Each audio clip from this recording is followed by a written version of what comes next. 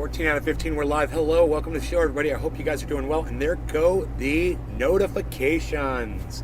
We like to see notifications going out on the show. Yes, we do. Let's go ahead and plug this phone into power. There we go. Charge that thing up. Nick Brown, good morning, good morning. Hello, hello. How is it going? Michael Haskey, hello.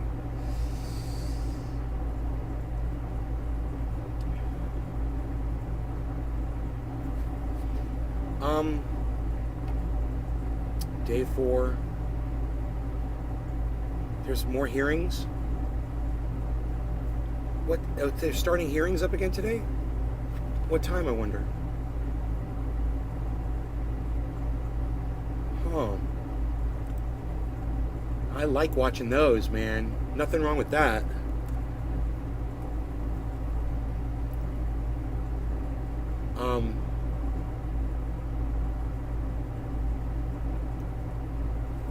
Good morning, Beazle. You trying to come in here again? I can't yell if you come in here. I hurt his ear yesterday. I think he's trying to come in here. Rogan, you trying to come in here, buddy? Okay. Why you beazling, little Beazle? You're so cute. I love you, Beazle. You're so cute. I love my Beazle, Bob. Mike Elliott. How am I doing? I'm doing good, man.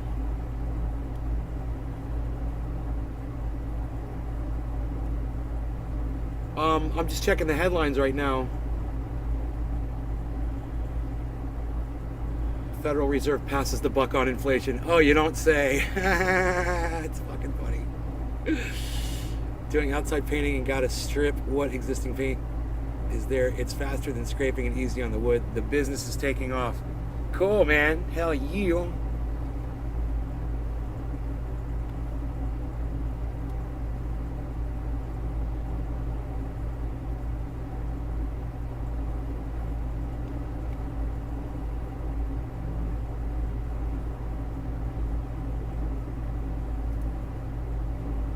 Social media platforms have let the skin whitening market run wild. There's a skin whitening market?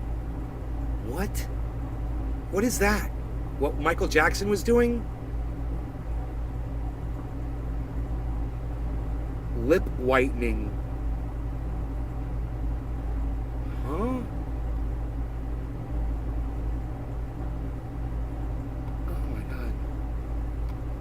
Skin lightening products have exploded in their availability on major social media platforms where there are few rules about how they are promoted or sold, with some products containing potentially toxic ingredients. Consumers could be at risk. Huh. Or just maybe be happy with however the hell you're born. You ever heard of that? You ever heard that expression? He's not comfortable in his own skin. Maybe he should be. So let's work on that, can we, folks? Okay, great. Moving on.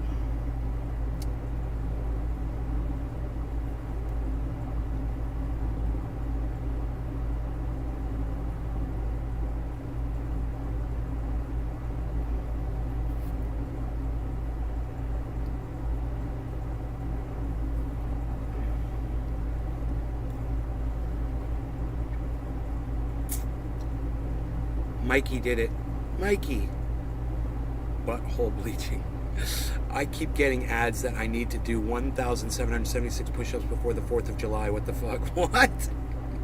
I don't know, but today's the first day I did 2 sets of 50 push-ups, man. So I did 100 push-ups this morning. I feel good. But I'm able to do 50 and 50. So that's good. I can do 50 push-ups at a time. Then I can come back and do 51. I did one extra one a few minutes later. 2 sets, son.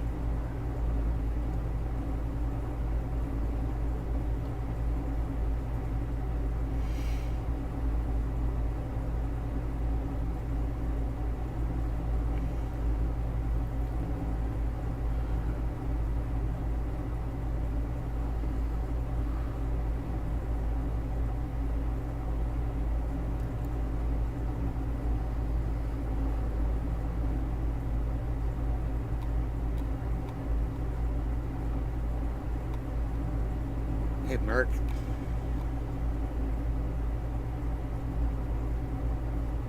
Oh, here we go. Here's a video I want you guys to see with me. I wonder how long it is. U.S. desperate to fix rising energy prices, which we caused. Let's watch that. That's from RT, man. All oil and gas producers, it's time to flood the markets. At least that's what Washington's hoping for. He's asking upon our domestic and international producers to produce more. It makes sense since Joe Biden has long been trying to rip the West away from one of its biggest energy suppliers, Russia. Today, no, it doesn't make sense because Joe Biden was promising that he was going to end oil and big energy and replace it with green energy. This is hilarious. It's insidious. It's fucking crazy. And why don't you show Joe Biden promising where he's going to end, you know, when he's going to cut back, it's all going to be electric and he's going to push electric cars and blah, blah, blah. And now it's like, oil, we need oil. I got to go to Saudi Arabia and talk to the murderer so I can get us more oil. I got to go talk to the guy that murders American journalists so I could beg him on my hands and knees for more oil. Are you kidding me? Okay. Let's keep going with this. announcing the United States is targeting the main artery of Russia's economy. We're banning all imports of Russian oil and gas and energy. There will be no longer a Nord Stream 2. We will bring an end to it. Just imagine, you hear that? If in fact Europe... This is great. There'll no longer be a Nord Stream 2. Hey man, that's Germany and Russia's pipeline. Who the fuck is America to say what's going to be your pipeline and what's not going to be your pipeline? This is what helped start this war, guys. Understand, this warmonger helped start the war. Understand that. Here, I got to close this door. I'm going to play some more of this, but let me close this door all the way. On I can Russian see where oil. this is going. If they were energy independent. $400 billion of EU sanction-related losses, record-breaking runaway inflation in the U.S. itself, and Washington's taking all this even further. It's recently slapped sanctions against a number of Chinese and Emirati companies doing business with Iran, one of a few countries that might be able to counteract the rapidly rising global price of oil. But Washington seems more interested in its maximum pressure campaign against Tehran, so oil prices saw a sudden sharp rise after that decision. It's just the latest episode in Biden's series of sanctions that leave worldwide pain and suffering in their wake. For those who would rather laugh than cry... Did you guys hear that? Did you guys hear that? Biden's sanctions are causing worldwide pain and suffering. Oh, but our sanctions are so great. We've got the greatest sanctions. Hey, Kuntala, I got news for you. No sanctions are great. If you have to do sanctions, then you're at war, period. You're hurting people. That's what sanctions are. There's no such thing as a great sanction, you dumb fucking stank cunt whore bitch. I fucking hate you. Scamala, you fucking cunt. I want to go back and I want to hear that again. And suffering in their wake. For those who would rather laugh than cry, memes comparing Biden's tragic tumble from his bicycle to the collapse of the economy offer some sort of comic relief. Others, though, just want the price of oil to go down. Asian buyers are hoping for a quick return of Iranian supply to bring oil prices lower amidst rising geopolitical tensions. I think that the United States is finding itself in a quandary as is now what's been happening over Ukraine. Because all they thought at the beginning is that they could use this kind of maximum pressure and using long-arm sanctions to achieve this aim, without realizing that this is all already a big backlash on their own economy, on their livelihood, the people's livelihood, and on inflation. To make matters worse, history's repeating itself as Washington's demanding the European Union stops buying natural gas from Russia as well. Reports are already saying Berlin, for example, may be hoarding gas to prevent a disastrous winter. Nice. We must and we will do everything we can to store as much gas as possible in the summer and fall.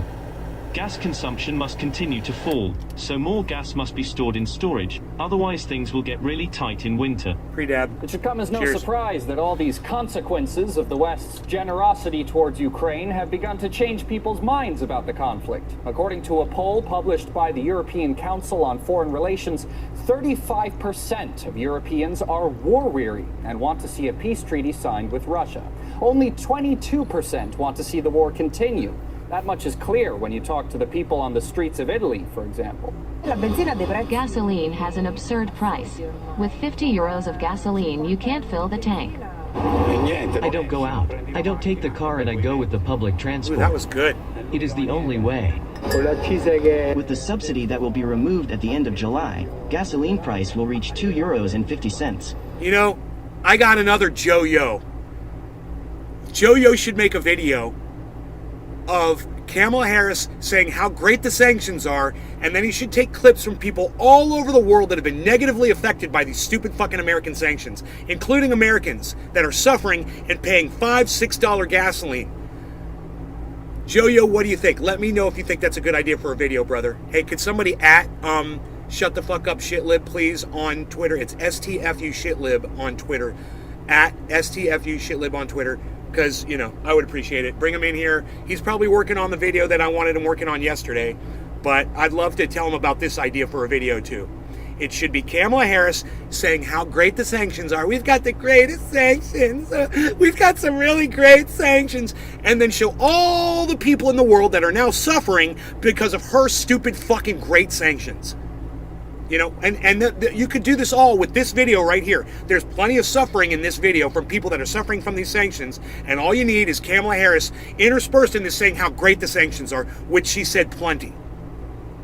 Yeah, that would be a great video. That would really hurt the Biden administration, and I'd like to really hurt the Biden administration right now because I'm fucking sick of them. I'm fed up with them, and fuck them. They're making me spit on myself. I fucking hate them so much. I'm rabid. There is no solution. We are in a catastrophe. Politicians have not always been up to the task. We hope there will be a more substantial intervention. It has become a difficult situation. I don't drive the car anymore. I ride a Vespa. The European Union's helmsmen no doubt see what do you do in the rain, pal? On the wall, you know, with the calls of its officials for Kiev to come to the negotiating table getting I ride a louder Vespa. and louder. French President Emmanuel Macron said Kiev will eventually have to negotiate, even suggesting that Ukraine might have to give up some of its territory, a big no-no for Ukrainian President Vladimir Zelensky. Thank you, Nick Brown. Absolutely necessary to speak to Putin, and I will continue to do so, as the French President will also. À l'Ukraine de décider. It's up to Ukraine to decide. We cannot decide the conditions for the end of the war instead of the Ukrainians. All decisions are made by the Ukrainian leader. We need more help from our partners. Oh, fuck you, Zelensky. First of all, we need weapons. Fuck you. Full support. I hope you choke on your tongue. And setbacks. Fuck this guy. Who is stuck in 20th calls himself a Jew, and he lets Nazis murder people in his country. What an asshole. At any rate, Washington's insistence on putting politics ahead of common sense energy decisions might just see spirited driving. Take a harder tumble. Is that spirit like spirit cooking? And if this maximum pressure campaign I really like this. What effect I like do you think this that's guy. gonna have on East Asian it's energy great markets? reporting. In spite of the sanctions, Russian oil and gas are still finding its way to other countries. As I said, because there are... I think we'll be ready at 24 and 30 seconds past 8:24 to smoke. So, happy 420. No law regarding cannabis. Cannabis isn't for all. Cheers, everybody. Russia for a long time, and China does not see why this normal trade should be disrupted and should be pressurized to follow American input. So that's why Russia is gaining quite hugely from this increase in oil prices, which strengthens the exchange rate of the ruble. So I think that we're seeing a very complicated action or reaction kind of scenario. But at the end of the day, I think the United States is seeing increasingly clear, especially the Biden administration, that he can't just prevail by just imposing sanctions on other countries.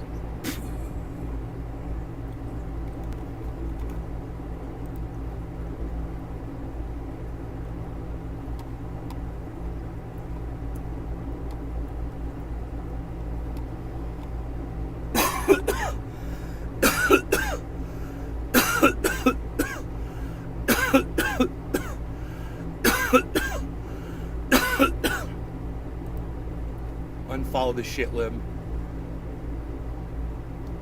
Because, you know, if you're going to sit there and tell people that Democrats are the solution to our current problem, you are the fucking problem. Fuck you, unfollowed, you dumb fucking bitch.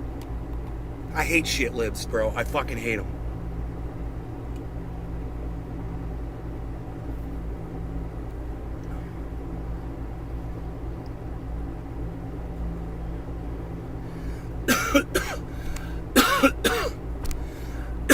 I can't wait to see Jojo's new video, man. Have I missed anything? Josh G. Not a thing, buddy. We got Joe H. We got Josh G. To me, I don't mind the price of fuel as long as the government doesn't push me to buy an electric vehicle. Well, that was the whole point, was that Joe Biden used to make, is that everyone's going to be driving an electric vehicle, and they're going to phase out the gasoline powered vehicle. You know, that's what he campaigned on.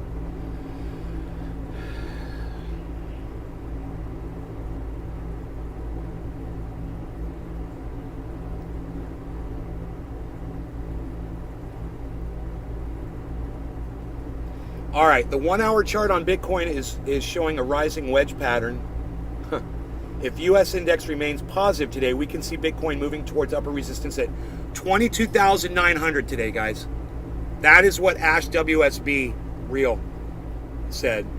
It's the guy I follow. He's a crypto trader since 2007. He says 134 years trading experience in his bio. I think that's hilarious.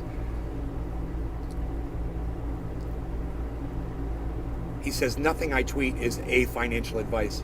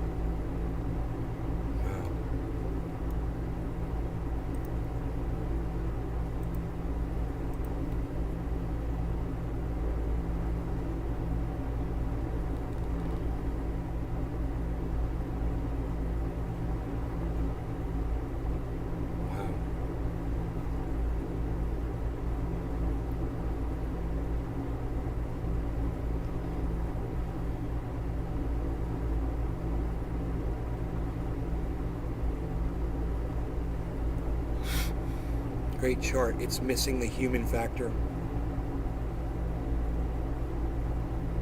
Yeah, you're right. It's missing what's going on in the world. You're right.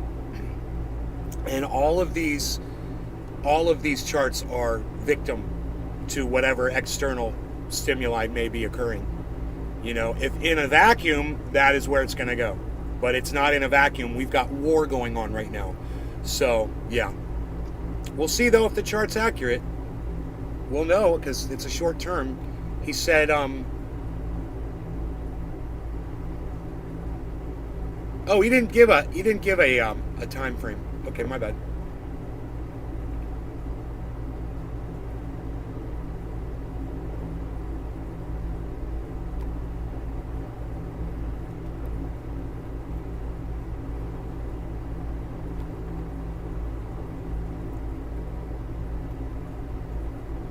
Tim Allen is trending. Oh God, what did he fucking say?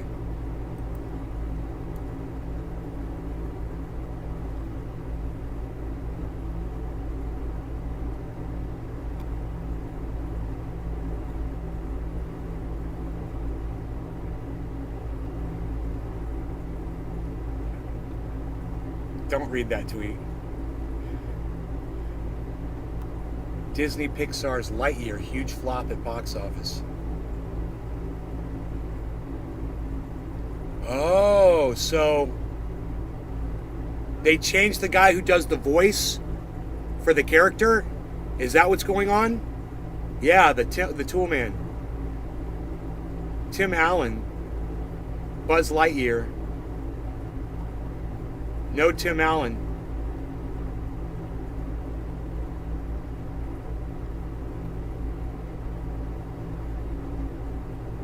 They're saying Disney's woke because they wouldn't put Tim Allen in there. I guess he's political. Who knows?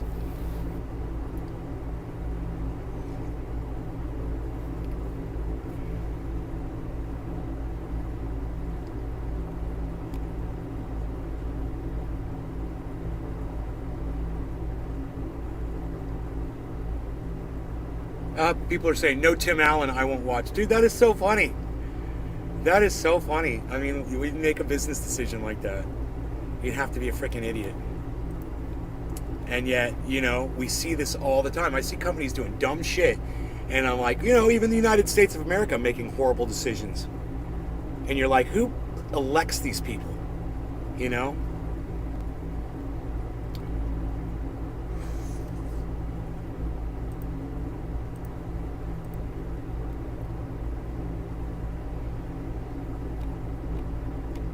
To represent us.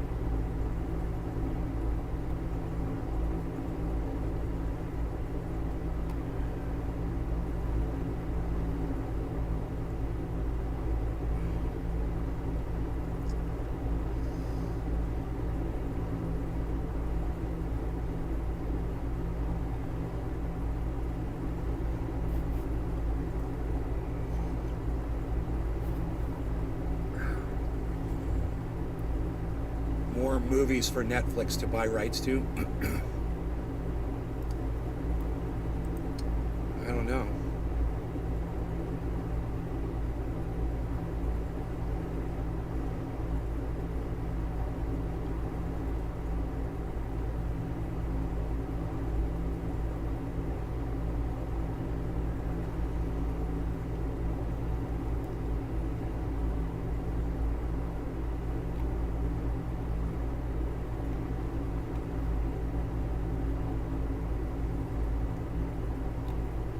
So,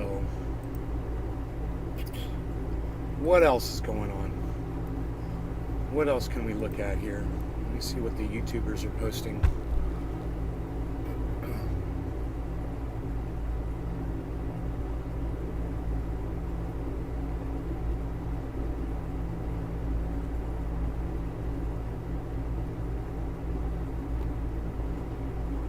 They just keep showing me the same videos. Bitcoin 2 weeks ago. Why are you showing me a video from 2 weeks ago, dude? He puts up a video every day, you assholes. God, YouTube sucks, man. The Moon uploaded a new video. Why is it that 1 minute ago? 15. Oh, fucking advertisement.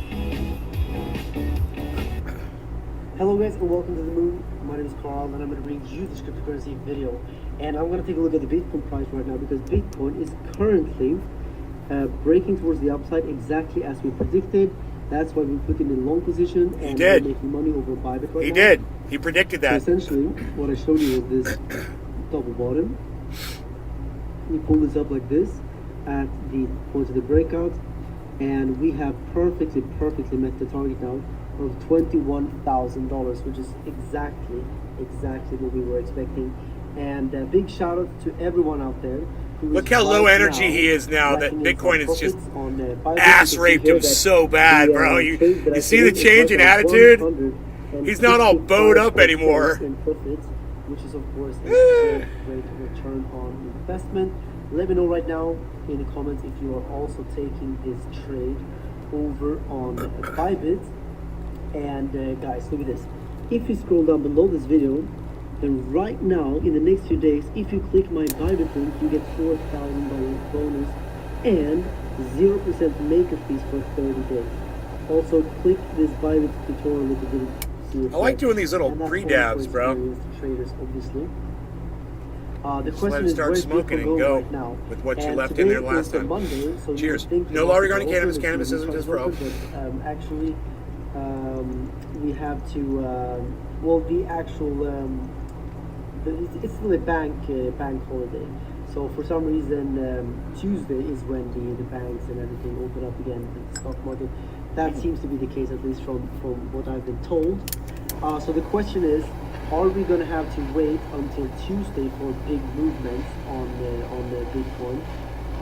Well, we're arguably already seeing some big movements, but what I've been saying before is that I think that Bitcoin could very well bounce straight back up here to fill the CME gap at $29,000.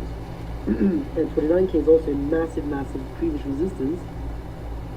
If I just take this line and put it like this, then you can see how this level is so massive. Look at this.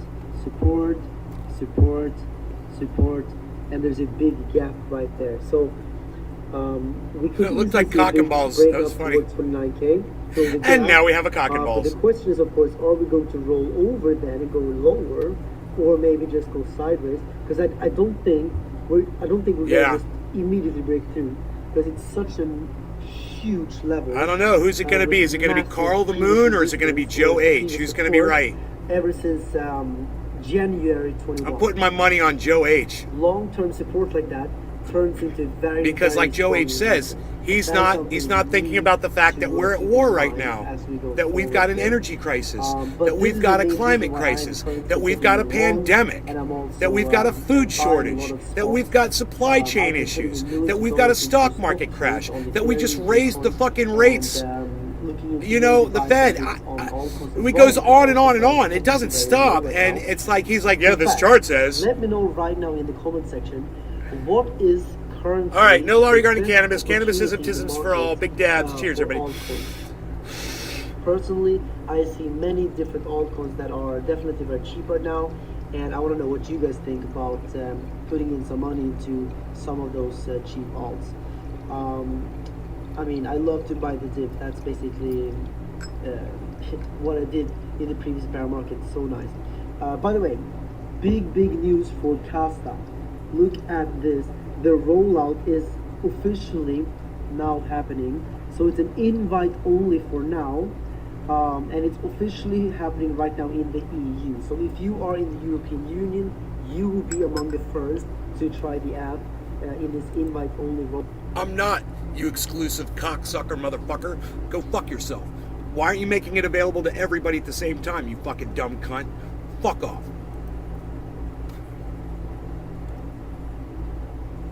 Yeah, if you live in Europe, I will let you get it, and if you're American, you can go fuck yourself. Hey, fuck you.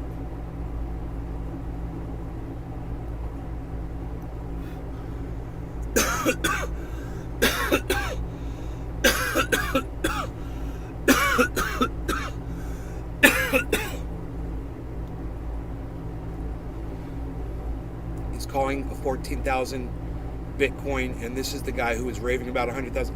Well, you know, just because he's calling 14,000 doesn't mean he's going back on his $100,000 call. I mean, don't we all think it's going to bounce up once it hits this bottom, and there's going to be a lot more people buying into Bitcoin? I mean, how many more people are going to get into the market at these cheap fucking prices? That's the question, you know, and I think that's what Carl is counting on. There's a lot of forces working against each other, though, bro, you know.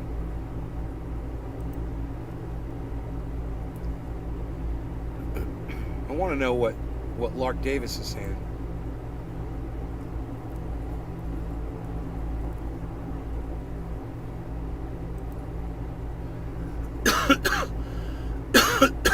One day ago.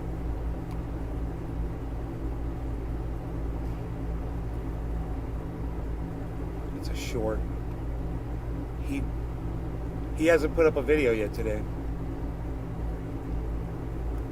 We have just survived one of the worst weeks ever, potentially the worst week ever for the cryptocurrency markets. All the technical indicators are showing that basically it's an absolute shit show in the cryptocurrency markets right now. Things are breaking left, right, and center. We had Celsius melting down. We had one of the biggest venture capital funds in crypto melting down. This is probably the worst it's been in a very long time, as bad as the bottom of the 2018 bear market, as bad as some of the major events of the past. And right now it's all bigger, it's more complex, it's more incestuous, which means that the damage is a lot worse. But guess what? Crypto's not going anywhere. That is the key thing to remember. Crypto's here to stay. There will be another bull run, just not right now. He fucking said we have just survived one of the worst weeks ever, potentially the worst week ever for the cryptocurrency. If you walk away with anything from that video, it's that he just used the word incestuous to refer to the fucking markets, bro. If you walk away with anything, and he said it with this really wild look in his eye. My monthly chart with spider lines and a 20-year projection, we won't see 100,000 until 23, 24. We won't see another bull run until January 23. We are in a 6-month bear market. Charts don't lie. 6 months? You've been wrong before, bro. Joe, your charts have lied before. We could shoot like a goddamn rocket up out of this motherfucker.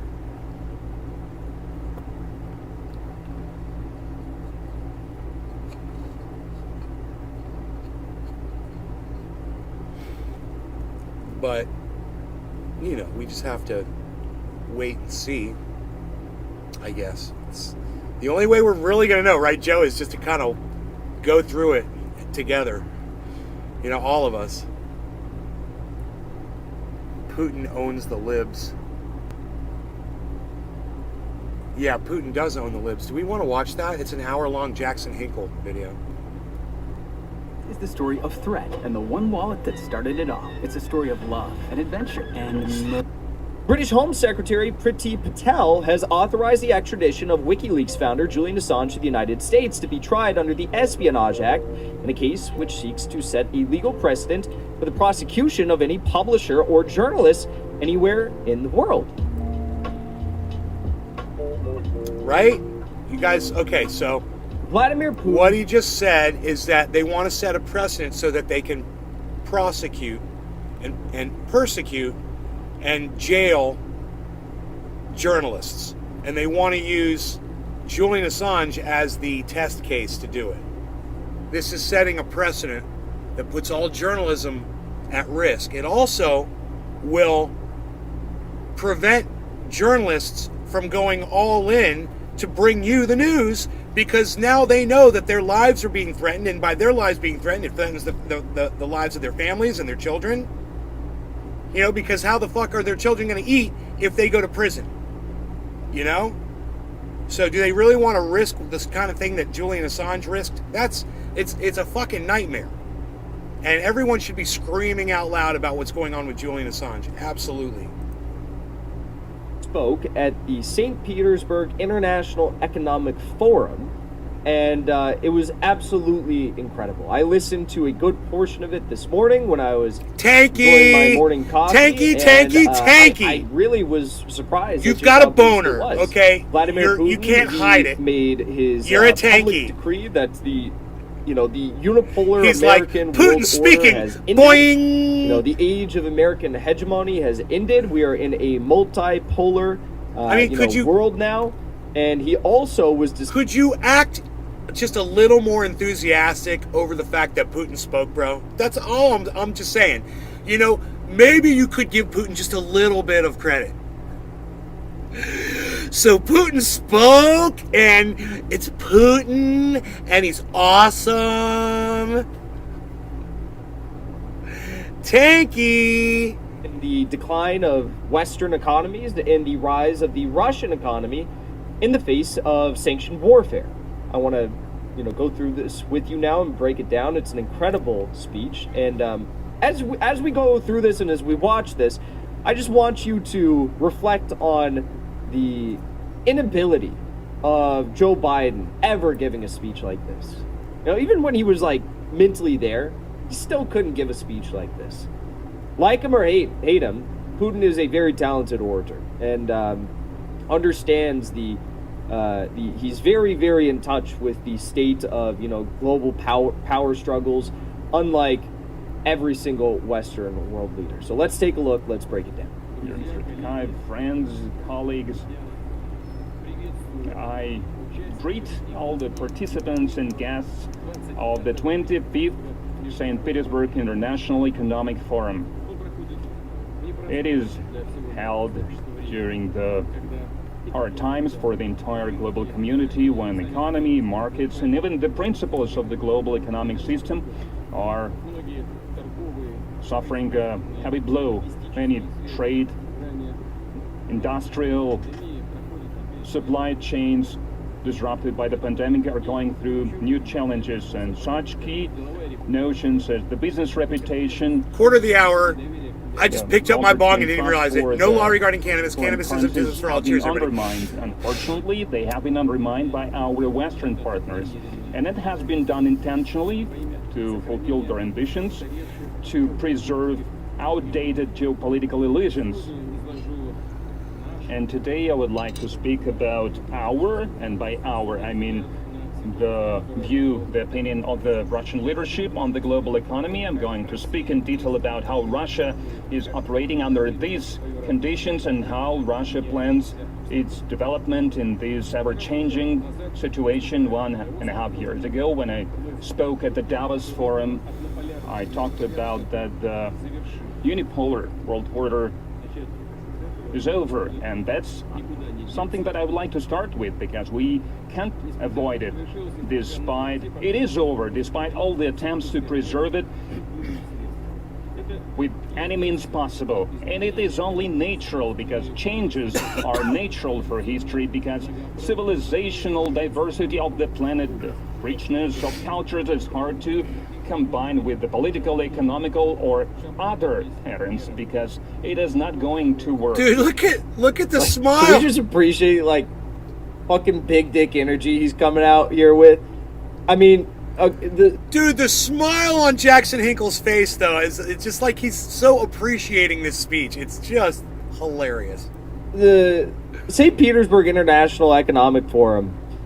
I mean, I think Trump's even spoken at this. I think Modi spoke at the one this year. Like, Megyn Kelly hosted the 2017 one. She was I can speed this up a little bit, because it's a long video. She was the main, person that was, doing all the speaking at that one. But it's just he's coming out here and he's being like, yeah, they tried everything possible, any means necessary. And look, this is just history. Big dick energy, this is just history. This is how the world works. Power comes and goes. You have empires that rise and fall, and now is America's time to fall. This is the end. This is a defining moment in history, you guys. I want you to appreciate this. Because they are being imposed, those templates being imposed by one center, because this idea is flawed. When there is one strong country with a limited circle of other states that are allowed to be in this circle, and all the ideas of the foreign affairs of trade turnover is only interpreted within the interest of this one state. They only work one way. They only play in one direction, towards one goal. And such world will not be stable. The United States, after declaring victory in the Cold War, they declared themselves the messengers of the... And let me just remind everybody that we won World War II because of Russia. Russia went in there and they sacrificed more lives than any other country to defeat the Nazis. Okay? On the ground, the Russians fucking did it. And yeah, America helped.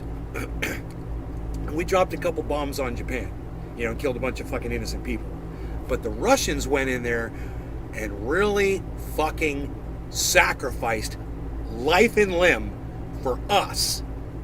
And this is how we've treated them ever since. Who has no obligations, but only interests.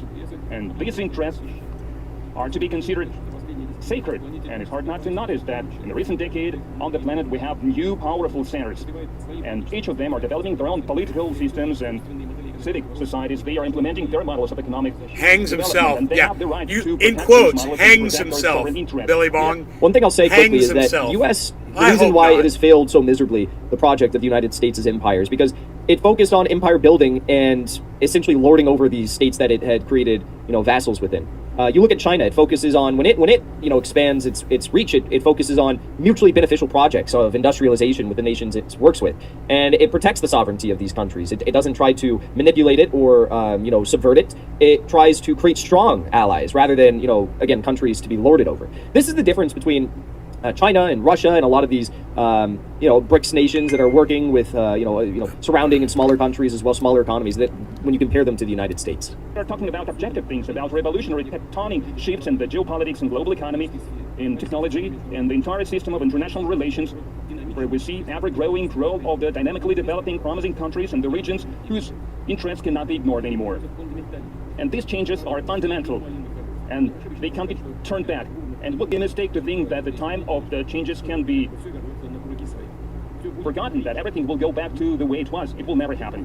But it seems that the ruling elites of certain Western countries, they still have this illusion. They do not want to see obvious things. They try to live in the shadow of the past. They still think that the domination of the Western politics is something that will never change, that it's something eternal, but there is nothing is eternal. And our colleagues, they don't just deny the reality, they try to counter the path of history. They think all the things that are left in the past century. They are hostages of their illusions. I'm talking about the golden billion countries, and they think that everything else is their backyard, and they still treat them as their colonies.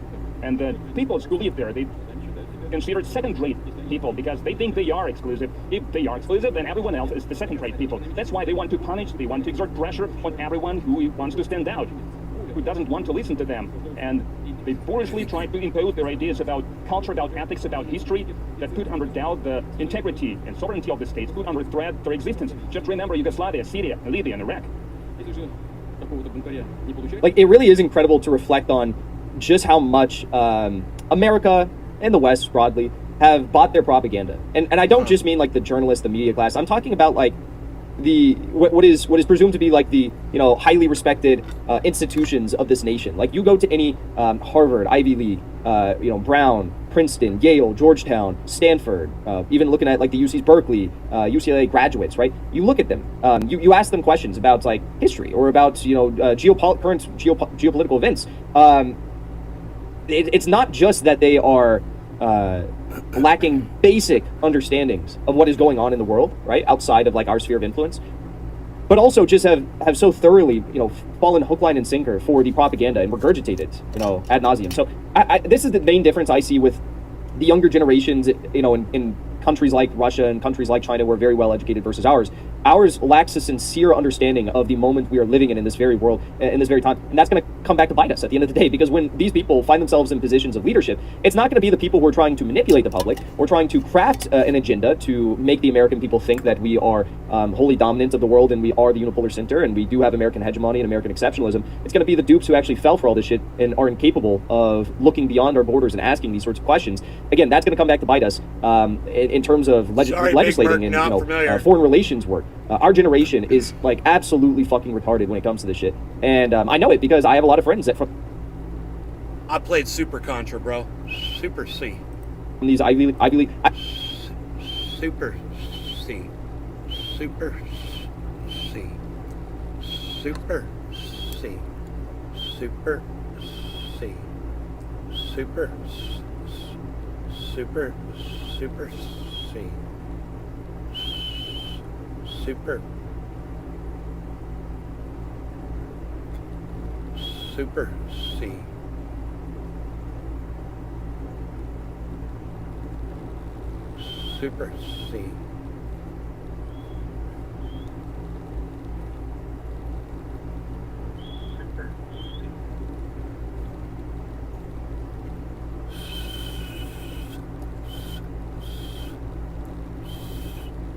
Super C. Super Super Super C. Fuck it.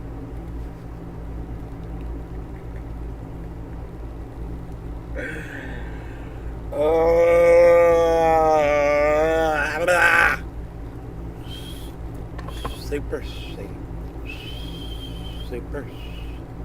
Super C. I had a kid I grew up with, smart kid, bit of a prick, but smart kid. He just posted on LinkedIn last week his undergraduate thesis and how incredible it is and how much his professors respected him for, you know, putting this out. Guess what it was on? It was on how we need a disinformation, disinformation censorship in the United States. He goes to Boston University, Boston College, whatever the fuck it's called, nice school, and he wrote this big thesis on citing all these U.S. senators and official policy people, State departments, you know, no longer go to cannabis. Cannabis is and all this stuff, saying how we need censorship in the United States, and that's the only way we're going to save our democracy. We're going to smoke some Moji Kush in the bong. Who attended a top college university institution saying that we need more censorship in the United States. You understand how brain dead these people are? This is really the main worry I have for the future of our country. If they can't put down those rebellious attitudes, they try to isolate them or to cancel them, as they say now. And they use all the tools: sports, Olympic movement, cancellation of culture, and masterpieces, because their authors were born in their own country. This is the nature of the current anti-Russian sentiments, and those men created sanctions against Russia. And they are not only crazy, they are thoughtless. The amount of these sanctions and the rate at which they are being taken is unprecedented because they want to crush the Russian economy by disrupting supply chains, by trying to make Western companies to withdraw from the Russian market, to raise down Russian assets. They want to deal a heavy blow on the Russian financial system, but they failed. It is obvious that they have failed. It didn't happen. They didn't succeed. Russian businessmen, Russian government worked in a professional manner. Citizens showed their unity and responsible approach. Step by step, we are bringing more and more stability into the economic situation. First, we stabilized financial markets, banking system, and the trade system, and then we added more liquidity and more capital to help for the sustainable development of the economy. My lips are sticky from that OG Kush. Bad prognosis about the state of the Russian economy were turned true, and we know what was the reason of this propaganda campaign. Where did they get this 200 rubles per dollar and about our devastated economy? That was just a weapon in the propaganda war. It was a way to exert pressure on the Russian society and on business circles. By the way, some of our experts and pundits, they also said the same things. They thought that the Russian economy was going to collapse, and it is Russian currency ruble will be critically weakened. But the life itself proved them wrong. And I would like to emphasize, to continue to succeed, we have to be honest, we have to be realistic in our assessment, we have to be independent in our assessment, and we have to believe in our strength. It is very important. We are strong people, and we can cope with any challenges. Like our ancestors, we can resolve any task, and our millennial history is the testimony to that. 3 months. Whoa. This is Webflow. Meet the design tool from the future. The most powerful visual code. It's like there's all these world leaders there, all these like top officials and diplomats from other countries, and Putin just going up and again total BDE, and he's just like flexing on all these hoes about how like strong the Russian economy is. I love it. There it is again. Because it is. The Russian economy is so strong. Come on. They picked the worst time imaginable to try and pick a fight with Russia. The worst time. You got 2 years of COVID. You got inflation, supply chain issue that's already, evolving. And then you're like, oh yeah, also, let's start a sanction, like a real war, proxy war, but also an economic war with Russia that will... Dude, this sounds like my fucking podcast. This podcast about a half hour ago.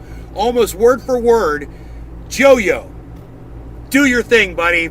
I want to see the contrast between me and then Jackson Hinkle. That's fucking hilarious.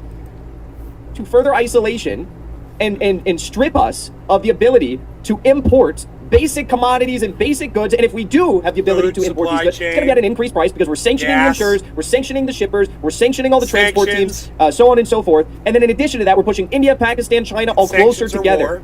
It's the worst time imaginable. Wow. Well said, Jackson Hinkle. This is why I watch Jackson Hinkle, guys. He sounded just like me. And it continues to decrease. The economical situation has stabilized. State financial system is stable. Later, I will compare it with our situation with other regions. Yes, it's still too much. 16.7 is a lot. It's a big inflation. We need to deal with that, and we will deal with that. And we will succeed, I'm sure. After the first 5 months of this year, federal budget has the deficit 1.5 trillion rubles, and the consolidated budget with deficit with 3.3 trillion rubles. And the federal budget deficit in May is almost 0.5 trillion rubles. What I do like about Vladimir Putin, it's that he's reading this off of a page in front of him. He's not using teleprompters. He's reading it on a piece of paper, fucking old school. And I like that. I think that's cool that he's fucking doing that shit. Which is more, almost 5 times than the year-by-year situation last May. We need to increase... Here he's flexing about the strength of the Russian economy. To improve the situation at the domestic market, we need to restore the banking loan system. I mean, he proved it. He proved that he could go to war against America and the ruble could rebound. That's all the proof you need. Their economy came right back. They can use this delay. Basically, that's a zero interest loan from the state. These insurance payments will not have to be paid at one moment. They can do it in equal shares in 12 months starting from the next June. Then, since May, we have decreased the mortgage rate. Now it's 9%. And the program of the subsidized mortgage itself has been extended to the end of this year. And the objective is to help our citizens with the housing to support. Dude, can you guys hear the ice cream truck? Because we have million jobs in there. After the growth in the spring, the interest in the Russian economies are being brought down. The central bank is bringing down the interest rate. And so just pause here. I mean, it's incredible. One of the biggest critiques that the two biggest critiques that, I mean, they were the two main critiques that the Communist Party of the Russian Federation had of Putin was that A, he was not protecting the people of the Donbass before the war began. You had 14,000 people slaughtered there over 8 years. They're trying to do a genocide against the people of the Donbass, the Ukrainians were, and they said, Putin, you need to go do something. They're not going to agree to these Minsk Accords. You need to do something. He did it. He did it with this special military operation. Then we see that the CDRF, they also criticized Putin over his, his handling of domestic economic policy. He's very... you hear the word conservative. I don't say conservative as left versus right when it comes to Russia. I say conservative as in the sense of like Putin acted with, he acted conservatively, like in the traditional sense of the word. Like he's not very, he's not making big jumps with his actions when it comes to domestic economic policies. But now with the strength of the Russian economy, as you heard him say, he's been able to prolong the payments for major industries on their insurance payments. He also said that he is going to. The second thing was surrounding loans, so they lowered interest rates, mortgage interest rates, and they're subsidizing. There's some sort of a subsidization for mortgage loans for the end of the year, so they extended that. They also, I think he's going to talk about it probably. It was a really big thing. So they lowered interest rates like a few weeks ago, and simultaneously increased pensions. So he's going to talk about that too. I mean, it's just incredible. You see him acting like this, not in a conservative way, because of how strong the Russian economy is. He wouldn't be doing this if it wasn't as strong. That's why I think it is possible to decrease the subsidized mortgage rate. Now it is going to be 7%. But here is what I would like to draw your attention to. The duration of the program is the same until the end of this year. It means that those citizens who want to improve their housing conditions using this subsidy, they need to use it before the end of this year. The half amount of the loans is still the same, 12 million rubles for Moscow and St. Petersburg and 6 million rubles for the rest of the regions of the country. And I would like to add the following. We need to improve the accessibility towards these loans in the economy. In the near future, we are going to support the business activity from the budget, stimulating to the mechanisms of the market banking loans. This process has to be supported by us. To increase the opportunities for the earmarked funding, we have allocated 120 billion rubles from the Fund of the National Welfare, and this step is going to help with additional loans for the earmarked projects of 3 billion rubles. Dear colleagues, I have already said that the economic blitzkrieg against Russia was doomed from the beginning, from the outset, and these sanctioned weapons, as you know, as practice of the recent years has shown, it double-edged. It deals the same amount of harm to those who impose those sanctions. And I'm only talking about the current consequences. We know that the leaders of the European countries, when they speak informally, they speak about quite worrisome prospects, because the sanctions could be introduced not only about Russia, but any countries that they don't like. And it could be used against any country, including the members of the European Union and their companies. They didn't do it, they haven't done it yet, but they have laid it down, they have it low on their own economy with their own hands. We can see how the social situation has exacerbated in Europe and in the United States as well.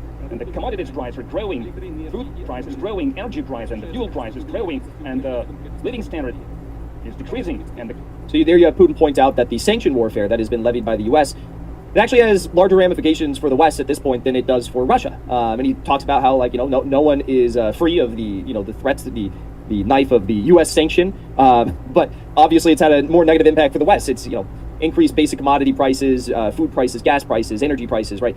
It's causing more problems for us than it is for Russia.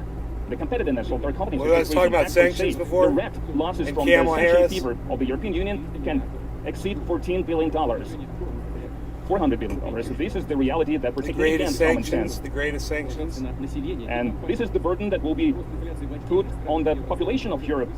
The inflation is more than 20% in certain areas of the European Union. I have been talking about our inflation, but compare it with Europe, because they are not carrying out any special operations.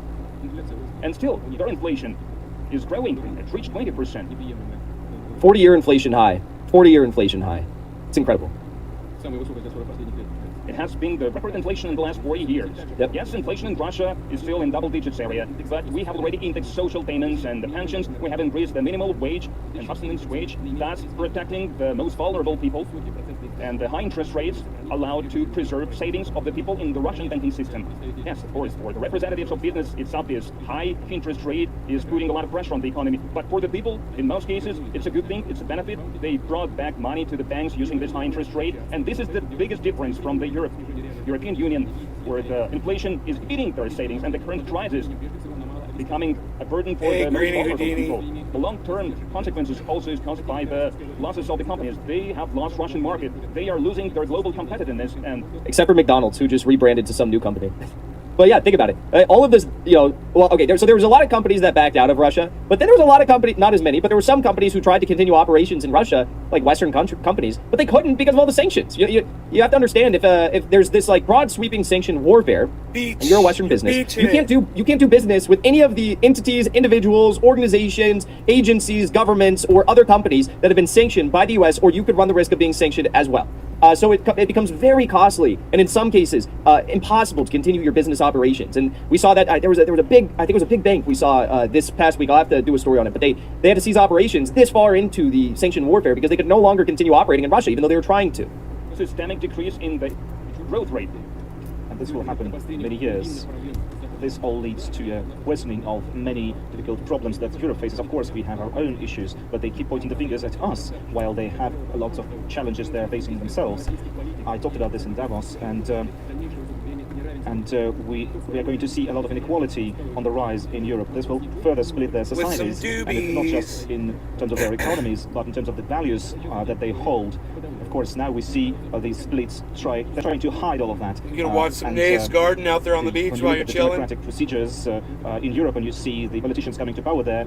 It's ridiculous. We see political parties that look alike, just replacing one another. There's nothing different between them, and their national interests are being ignored and disregarded. They are being removed from reality, and this will lead to a growth in populism and many radical movements. This will lead to drastic social change, to degradation, and in the longer term, to the change of their elites. You see that parties that I got a beach protect just a few traditional steps and national from here. values are losing. But if they lose, who's going to protect these nations? 20 minutes? So okay. All these talks about admissible problems, or that they can deal with that, there's nothing true behind that. We see their elites. You gonna Bluetooth us in the car on the way? Others and other people's games, they dance to other people's tunes. You gotta Bluetooth us in the car. That's the worsening of the global economy is not something that started overnight. We've seen that for years. And what we see right now in the Russian economy and in the economy overall is not just the result. It's not the result of the special military operation that Jackson Hinkle drinking the tea, man. Right on, buddy. In fact, we see that the surge in inflation in commodity markets and in other markets has started long before the events of February 24th. True. Definitely exacerbated by the sanction warfare, but true. I mean, you look at the inability for the U.S. economy to even fully really ever recover since 2008. But of course, post-COVID, inflation, supply chain crisis was already here. You know what's happening this week in the United States? Meat shipping companies are unable to get their meat from Canada to the United States, and the meat in those trucks is rotting in Canada. It is spoiling in Canada because Joe Biden still has a vaccine mandate for truckers who enter from Canada to the United States. If you are a trucker who has to deliver any sort of products from Canada to the United States, you have to have a vaccine, double vax, whatever, or else you can't enter the United States. And therefore, when you have companies that have goods that can spoil, this is going to be an additional, it's going to be an additional crack in the armor of the supply chain crisis. You have big trucks full of meat that will spoil, and it's having to sit in Canada because people can't get across the border. Same issue for going into Canada. Americans going to Canada, same exact thing. Literally can't get meat into our own country because the truckers are not vaccinated. Meanwhile, I remember when they said, well, all the truckers are vaccinated. They're vaccinated. They just don't like all these controls. They're vaccinated. Oh. Huh. They're not vaccinated. Oh, okay, I got you. Just this week, Dr. Fauci, he's got like a gazillion vaccines probably. He wears 300 masks if he goes out in the middle of the day, and goggles, and you know what? He got COVID this week, despite all of that. So you're telling me that we're going to destroy our economy, we're going to exacerbate the supply chain issue even further, and we're going to create more scarcity in our food market 30 seconds because away, guys. This guy doesn't have a vaccine? Are you kidding me? And we have seen many years of Joe, I got one for you, another one. If you ever want to really, if you want to hook me up, dude, make a video for me. On this video, I've said some things, and then I decided to watch Jackson Hinkle. We said almost the exact same stuff. I'd like to see a video of us saying the same shit, man. We agree on everything, just about. They printed new money. They gave loans that could never be returned. I'm like, hey, I said all this word with for the start word. of the COVID-19 pandemic, and then in 2020, when both demand and supply were on the lowest. Are you was some of the lowest. And are you enjoying what some does of our that footage special I gave operation you? in the Donbass have to do with that? I hope that They was have no sufficient. other ways out. So the governments of the Western nations just started What to print software money, do you use and for they video they're editing, covering brother? the deficits in their economy by printing money. Over the past 2 years, the overall. I do believe my laptop has an i7 processor. I could probably just do video editing if I was using the right kind of software. I wonder what software you use for your awesome, spectacular videos. Money in the US rose by 38%. We've seen the same happen for the same amount of money we printed in decades, and now it just happened in a couple of years. And it was all given to the top 1/10 of 1% richest, Americans and top corporations. Small businesses got screwed. Working class Americans got screwed. And all of our money was given to the richest of the rich, who did nothing but do stock buybacks when inflation was limited to the stock market. So all these people are happy. They were so happy. I'm glad you stopped in here stock for your prices. break. Let's do stock buybacks right now. Okay, let's bail out our own businesses rather than use it for any sort of just purposes, such as giving people hazard pay in the middle of a pandemic to essential workers. Let's just funnel it into our operations of stock buybacks. Great. Yeah, and only a few countries in the world have statistics as that. Europe printed a lot of money. They have now 20% more money, which is about 2.5 trillion euros. And recently I've been hearing a lot, more and more, about... Great, man. Talk about that, but we've all been hearing these words, Putin's inflation. And every time I hear that, I think to myself, who's going to believe that? Who's going to agree with that? Anyone who has a mind who thinks will not believe that Russia and our operation in the Donbass has anything to do with that. The current situation in the markets, the problem with food, with energy, with all those markets, is all the results of the systemic errors and mistakes by the bureaucrats in Washington and in Europe. They are the reason. Yes, let me say a few words about our operation. Of course, that had to do something with that, but the root of all those problems is... I will end the forever wars. I will end the forever... we all have to be in on this war together. Education understands that just got to printing stand behind Ukraine. Will not solve your problems. We need once you print them, $40 billion to send over there right now. They need weapons. Weapons. They need weapons. They need artillery. Howitzers. They need howitzers. They need howitzers. They didn't think about their own economies. I swear to God, sometimes it feels like Vladimir Putin has more of a concern for the health of the U.S. economy than even our own leaders. He's like, what were you doing? You knew this was going to cause problems. Like, anyone with a primary school education could point this out. Yet Joe Biden's blaming it on Putin rather than admitting he doesn't even have to admit fault for this. He could just point the finger and point at Trump, but no, or Congress, right? But he said no. This is Putin price hike, right? About their own future. We've talked about that on here, and so the rest of the world was left with scraps. In 2018, the U.S. imported about $200 billion worth of products every month, and now you don't have to, about $350 billion. Bro, you don't have to put me in that video. Thank you. Thank you for saying that. Not secured by anything. To try to fit me in, dude. I appreciate it, man. They give out you don't have to put me in there, man. There's a lot of people. Hey, Joe. That's it. I'll keep it straight as fuck with you, Joe. Listen, there's a lot of people on the internet that fucking hate me, bro. So I understand when you're making these videos and you and I are working together, if you don't use any clips from my show, bro, because I don't want to hold you back, man. I have a feeling that's why a lot of people don't ask me to appear on their show, because they think that I'm gonna, the affiliation is negative and will be frowned upon by their audiences, and they will in turn lose audience members. And I would never want to do that to you, ever, brother. I know how it is, man.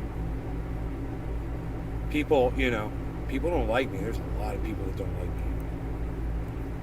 Has provided food products for the rest of the world and for other markets, and it was... Look, homie. You and everyone else in the world have free license to use any clips of me however you see fit, never with any of my permission at all, ever.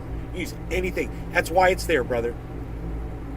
All of my material is on the internet for free use. It's because I don't get the eyes. And if other people like you or anybody else want to include me in their works, bro, I finally get seen. I finally get heard, and that's a great thing. I mean, it's like I go on these little tours, you know, little 15 people at a time sometimes, 11 people right now at a time. It's like I'm on a little boat tour. Hi, everybody. Welcome to the Trendy Name Boat Tour. Today we're watching Jackson Hinkle, and we're talking to at STFUShitlib on Twitter in the chat. His name is Joe. He goes by Joe-Yo because that's a video by Joe.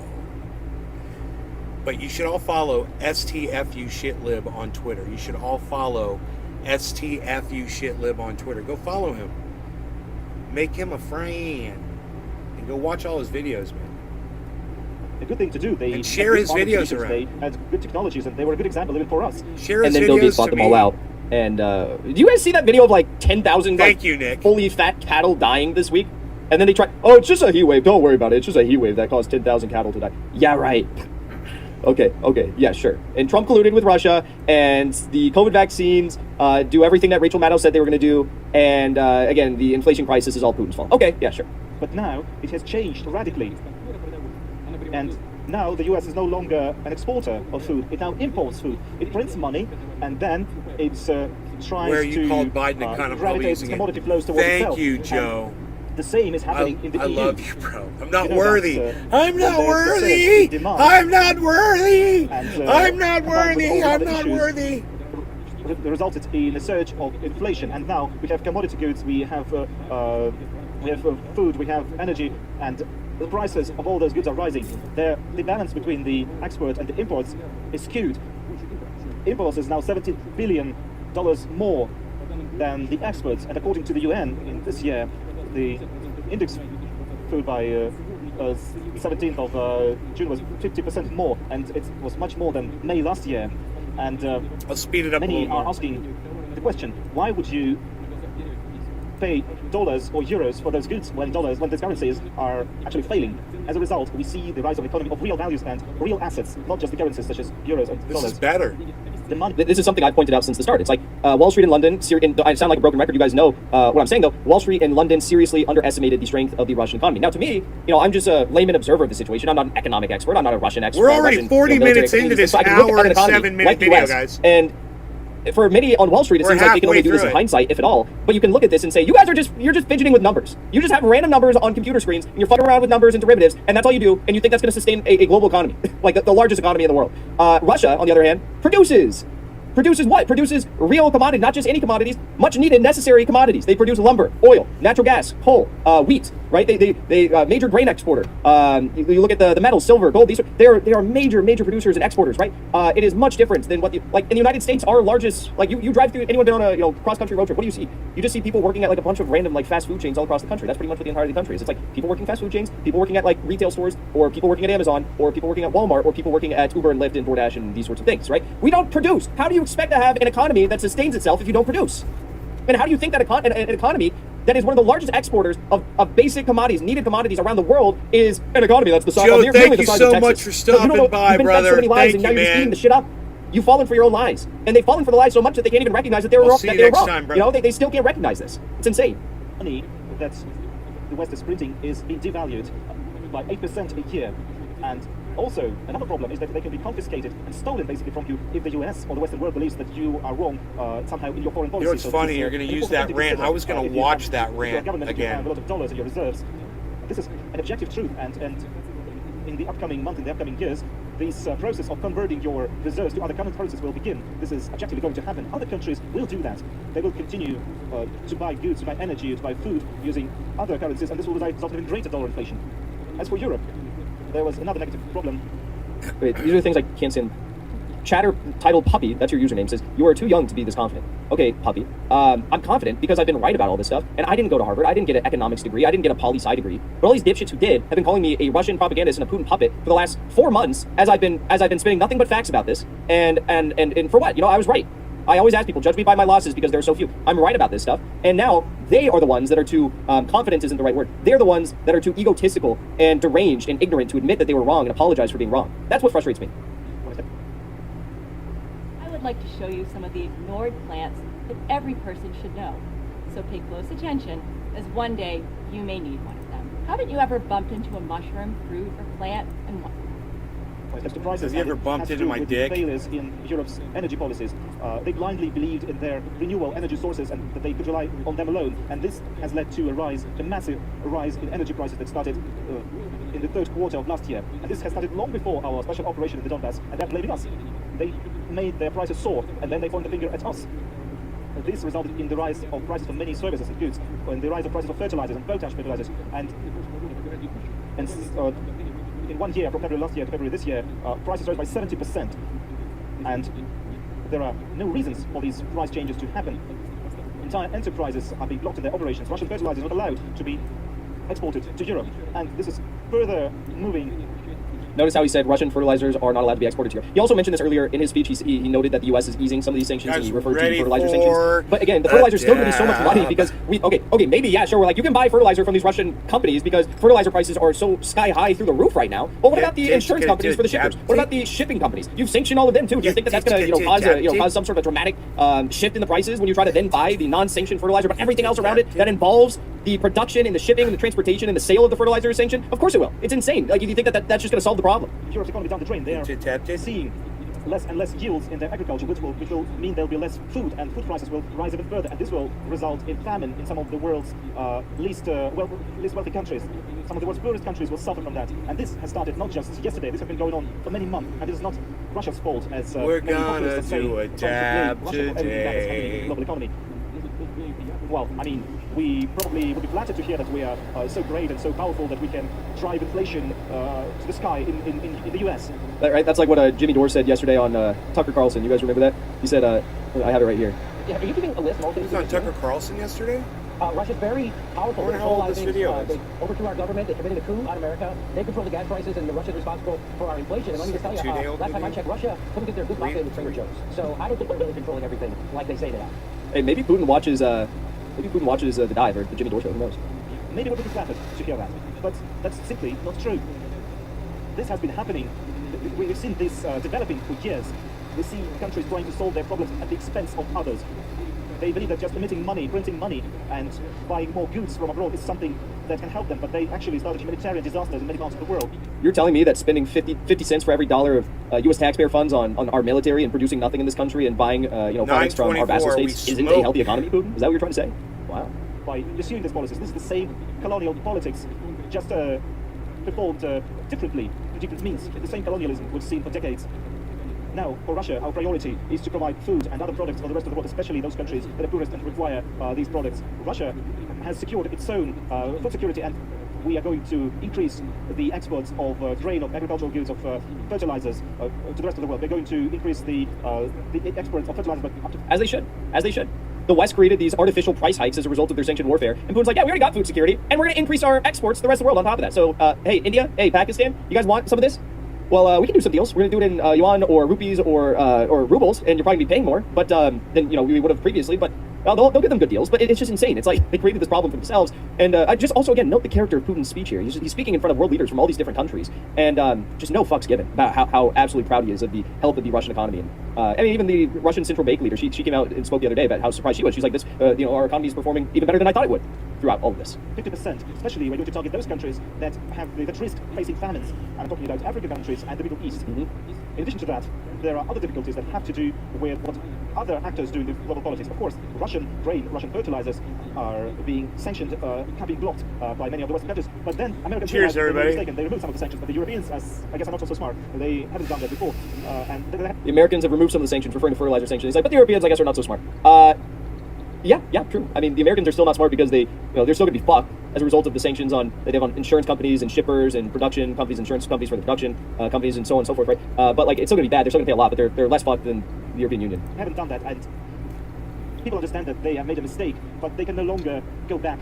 They cannot lose face. And Russia, let me say that again, Russia is ready to contribute to balancing the situation in the global food markets. We welcome open dialogue about that. We welcome all the discussion that can take place in the UN with people who understand what's going to happen. We can talk about normalizing logistics, transportation, to increase the amount of Russian exports in food and fertilizers to the rest of the world. There's a lot of speculation going on about Ukrainian deliveries to the rest of the world. We're not blocking that. We haven't blocked their seaports on the Black Sea, and we are actually ready to provide security for their ships or for the ships that are going to transport their grain and other products. it's just like this is what a room of sane leaders looks like. No one's freaking out at the shit he's saying. They're just like, yeah, no, of course. No, they've opened up corridors for shipping corridors in Mariupol and other port cities. They demined all these port cities. Again, the Ukrainians put out these naval mines, these very old naval mines that got swept away and they taken away with the tides and the ocean currents because these are very old naval mines and big storms swept through and uprooted them from the ocean floor. Some ended up in Turkish waters to piss off Turkish authorities. Some ended up on Ukrainian beaches. One ended up on a Mariupol beach and killed 2 people, including a child.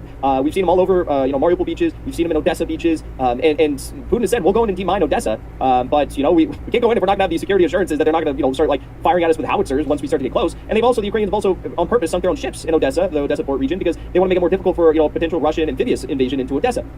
It's Ukraine's fault that they can't export out of there now. There's been U.S. officials and commanders who've said that they're working on the potential of exporting Ukrainian grain, which, by the way, accounts for like 0.05% of the global food share, to Western Europe through railway exports. And there's some difficulties with this. There's some issues with this in the interim that they need to sort out. But that's a possibility that could play out as well. So, I mean, Putin is 100% correct in this. The last thing I'll say, the problem is not that Russia doesn't want to do this as much, right? The problem is that none of these shippers want to go into Odessa because they run the risk of literally being blown up into 1 million pieces because of all the stray naval mines that Ukraine left. The U.S. Agricultural Agency believes there's 6 million tons of wheat. We believe there's 5 million tons of wheat, and also 7 million tons of maize. And we also have other seaports, not just the Black Sea seaports, but also we have Belarus. We can move these products through Poland, through Romania, through other nations. 11 minutes left, and it's sped up. It's not about us. It's not about our decisions, but about decision makers in Europe, in Ukraine. It's less than 11 minutes. There's a different danger. There's a danger that this grain will be traded for weapons for Ukraine. So, friends, the world is going through an era of change. Entire institutions crumble. Guarantees are no longer given. The West refuses to respect its obligations, and we can no longer expect it to respect its obligations. Should be more like 7 or 8 minutes. About anything with it. So the decision to launch our special military operation was something that we were forced to do. They forced our hand. It was important, but we had to do that. It was difficult, but we, as a member of the UN, as our country that have the right to protect our sovereignty, to protect the rights of our people in the Donbass that have faced genocide for years, and full protection of the West. I thought the video gamer YouTuber Destiny said it wasn't a genocide. I thought that he said that the actions being carried out by the same Nazis like Andrei Belitsky and Ilya Ponyabuk, who said they wanted to rid Ukraine of non-Ukrainians like the Russians and the Jews, or Andrei Belitsky, who said that he professes support for the white nations of the world, their crusade against Semitic-led subhumans. I thought that they said, that YouTuber guy, he said that was not a genocide. YouTuber guy. Well, again, proven wrong yet again. The West has pursued an anti-Russia scenario, an entire campaign trying to grab our lands, to fuel Ukraine with weapons and military advisors. They're doing this even now. They never really cared about the well-being of people living in these territories. They really do not care. But what they do care about is to create an entire platform in Eastern Europe to attack Russia. They put as much money as they could into these projects, and now our people and the militia in the Donbass and our army are fighting to defend our right for independent development as a country that is sovereign, that is independent. Are you guys going to talk to me in the chat at all? You got anything to say about any of all this stuff? Someone else's view of history, someone else's values on us. So all the missions we've anybody? You guys with me? Will be completed in full. Alright guys, if you've been injured in a car accident, you have to check this out. So, I just got this check from my attorney. Yeah, no, you don't have to do that. So that's interesting there, saying that all the operations of the special, all the goals of the special military operation will be completed in full. That's basically Putin's way of saying, like, look, like they can try to negotiate with us, Ukraine, if they decide that the Western leaders want to have Ukraine negotiate with us, whatever. But we're going to accomplish all of our goals, regardless of whether they say negotiate now or in 10 weeks. And this will be possible thanks to the valor of our army, of our soldiers, and the support they receive from our people. About 4 minutes left. We deeply understand that we are right in this matter. We want to build a strong and sovereign nation. We all share that feeling. Sovereignty. Are you driving a dump truck? Right on. It's not something that can be partial or fragmentary. All elements of a nation's sovereignty are important. They all work together as a system. That is why we don't just want to protect our political sovereignty and our national identity, but we want to also improve and strengthen everything that has to do with our scientific, economic, technological independence and sovereignty. The entire idea, the framework of Western sanctions was based on the presumption that Russia is not sovereign when it comes to its economy, that it's critically vulnerable. They were so engaged in creating those myths about Russia being backwards, that Russia being underdeveloped, that they seem to have started to believe it themselves. When they plan for economic ministry, they ignore actual facts. How the world changed, how our country has changed in recent years. And these changes are the outcome of the work that it's funny how my table matches up with where the bottom of the video screen is. Problems of import substitution, when we introduce our own payment system and so on. Yes, sanctions have put a lot of difficult tasks in front of us. A number of enterprises still have problems with spare parts, and some technology is out of access for our companies. Supply chains are disrupted. But on the other hand, it opens new opportunities for us. And we say a lot that this is the truth, because it is an impetus to help the economy to think about, to implement its potential in full and to become sovereign in full. Yes, such an arduous task cannot be resolved overnight. We need to continue to work systematically, aimed at the future. And this is the only way for Russia to operate. And by implementing long-term roadmaps for various fields of the economy, we need to strengthen our industry and economy. And these challenges are going to make this plan stronger, but it's not going to redirect it. And today I would like to talk about the key principles on which we base the development of our country and our economy. First is openness. As sovereign state, always look for equal partnership. Always look for making its contribution to the global Nick, you're welcome. Those who are weak and dependable, they're looking for enemies. They are becoming xenophobic, or they are losing their independence, their autonomy, and are following sovereigns. And Russia, you guys should all check out Jackson Hinkle's channel on YouTube. Follow him on Twitter. We are expanding and we will continue to expand cooperation with everyone interested, with those who want to work with us. And there are a lot of countries. I'm not going to list all of them because this is the vast majority of people on Earth. And ask him why he calls himself a patriot. Strategic support with Russia.